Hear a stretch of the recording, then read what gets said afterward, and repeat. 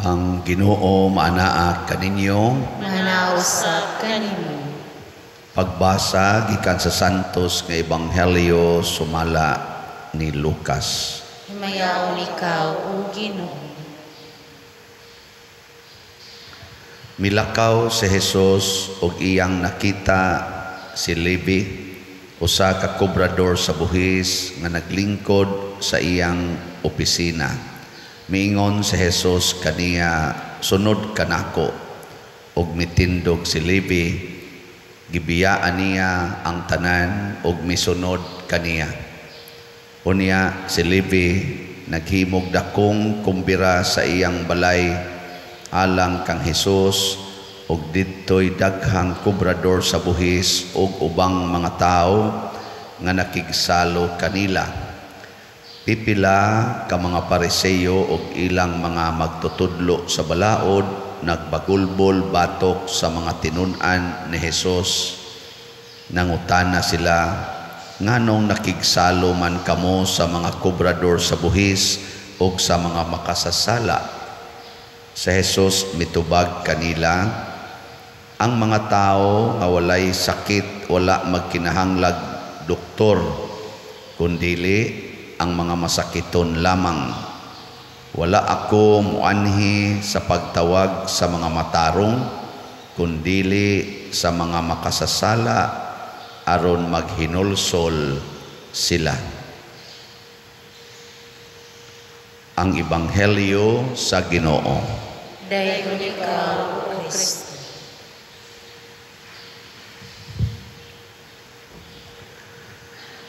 Makadasig kaayo ang gisulti ni Jesus sa atong Ebanghelyo nga mianhi siya aron pagtawag sa mga makasasala aron maghinulsol. Kamo makasasala mo o dili? Oh, kana gitawag tas Ginoo. Niya maghinulsol mo dili?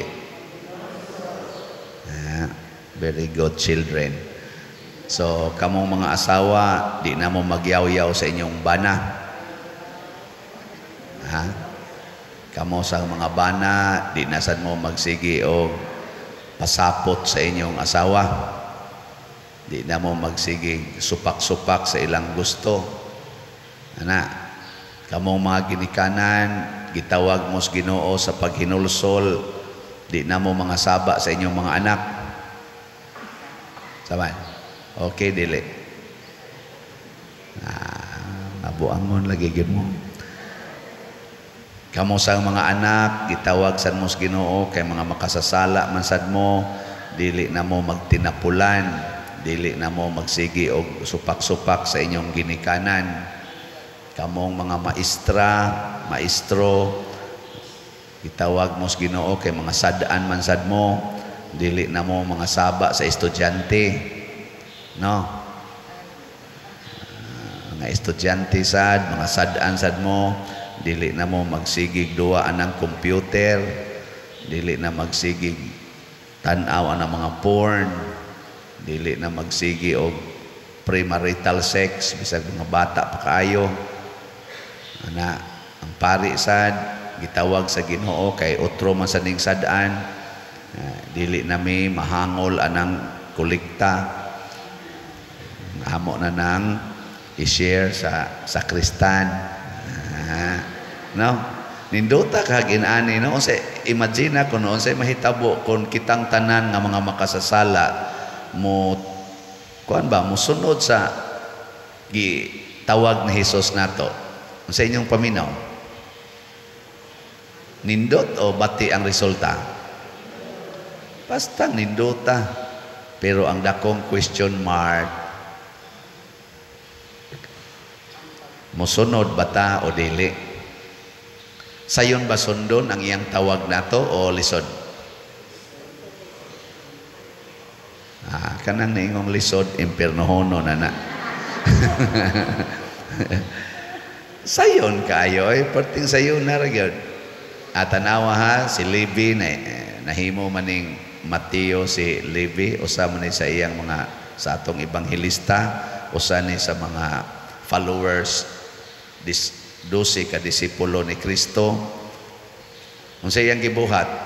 Gibiyaan niya ang iyang okasyon sa sala, ang pangubra ng buhis. Gigasto niya ang iyang kwarta sa paghimo o hikay sa mga makasasala sama niya, mga kobrador sa buhis o uban pang mga makasasala. Nya didto siya nabag-o.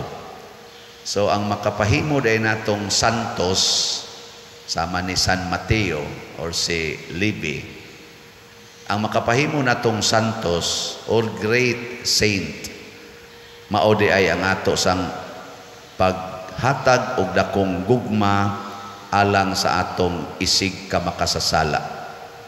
Murabag ang makapapas sa atong sala atubangan sa Ginoo mao ang paghigugma sa atong isig ka makasasala. Sige, lingian na imong tupad. Hingna sugod karon higugmao na tika. Okay, makasasala mo po na. Sige na. Hingna dayon. Wa ka kahibaw kon sa iyang sa pero higugma alang. Mao bitaw diri sa atong unang pagbasa, ingon diri ang Ginoo, kun likayan ninyo ang pagdaog-daog, ang pagtulisok ug ang daotang pulong.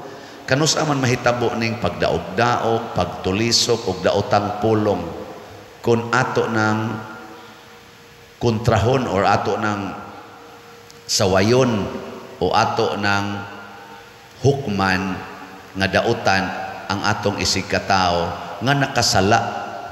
Pero anang imong bana mangabit or imong asawa mangabit, unsa mang pulong nga imong gamiton? Imo ba nang tulisokon? Imo nang daog-daogon? Imo nang hatagag daotang pulong? Patay ka diya. Likay na. So magsakpan nimo imong asawa nang abit, nya bana ka nga gustong mabuutan, imong angkunon nga parihas ka sa imong asawa makasasala. Di ba? Nya unsa may imong isulti? Sige, nga bana. Unsa may imong isulti sa imong asawa? Moingon ka, wa kay uwaw. Animal ka. Hugaw ka. Kaluod sa imong naong. Mana ka? Ayaw. Ingnagid siya nga sakit kay ni imong gibuhat nako day. Kay kamo na mas pari di ay mo nagsikikuyog. Mo din pirmi kang maliit og uli niya luya kay kaglawas na sakit yung guys tanan, pero akong nakita diha nimo ang ako sang sala kay nagkuyog ning mari atong niaging adlaw ana.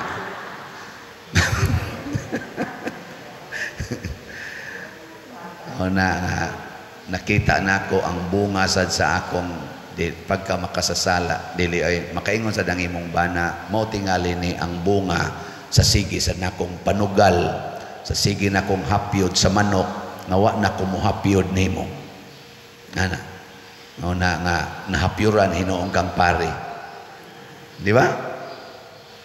Kay kana manggong sala kuha na siya kanang network ba, dili na mahitabo ang sala kun way tao nga nisuporta ana indirectly or directly.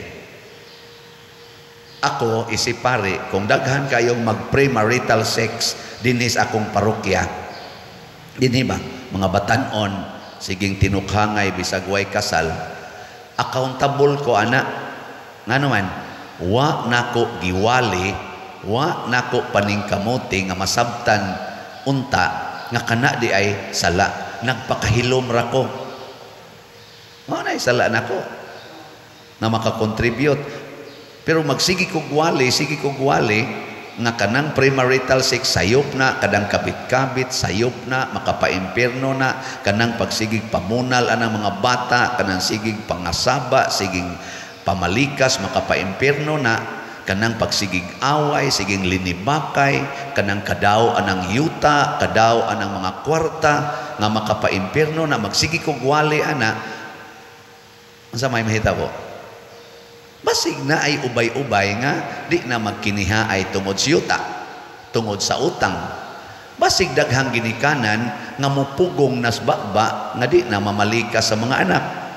Basig daghang mga batanon nga na nag-uyab-uyab nga di na magsigig linayugay o kinuutay aron makasa. Di ba?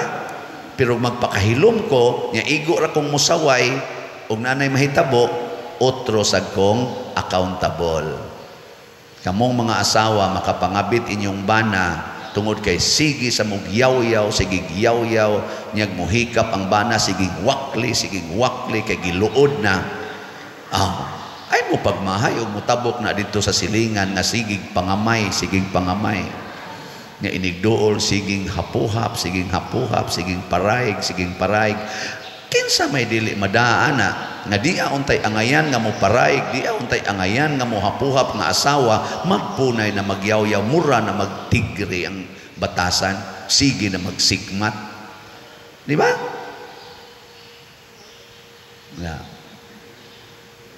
Tutok-tutok mamuna ko. Muna, likay. Matod pa ni Jesus, likay. Magsigitag mo nga naay kawatan, naay mga tulisan, naay mga korap, nga mga officials nato sa gobyerno o sa simbahan. Pero unsa may atong gibuhat? Matod pa diri sad, kung pakanon ninyo ang mga gigutom, hatagan ang mga kabus sa ilang gikinahanglan, musidlak kamo. Magway mangawat nga sige masatag kinuralay sa atong balay, no trespassing man, bisag bungas bayabas din amang kamuhatag sa imong silingan, imo namang pusilon ug mukuha ng bungas bayabas nga maura intaw na ilang ipamahaw. Ingka ako man ang ibaligya pa der para unsa man aron ko makakwarta o ihatag lang na sa imong silingan. Mga kaymito na mga lubi, lahi panghatag na apil na ng lagas aron makudkod na nila. Himong bukayo. Mao ba na? Sakto ba na? Di ba?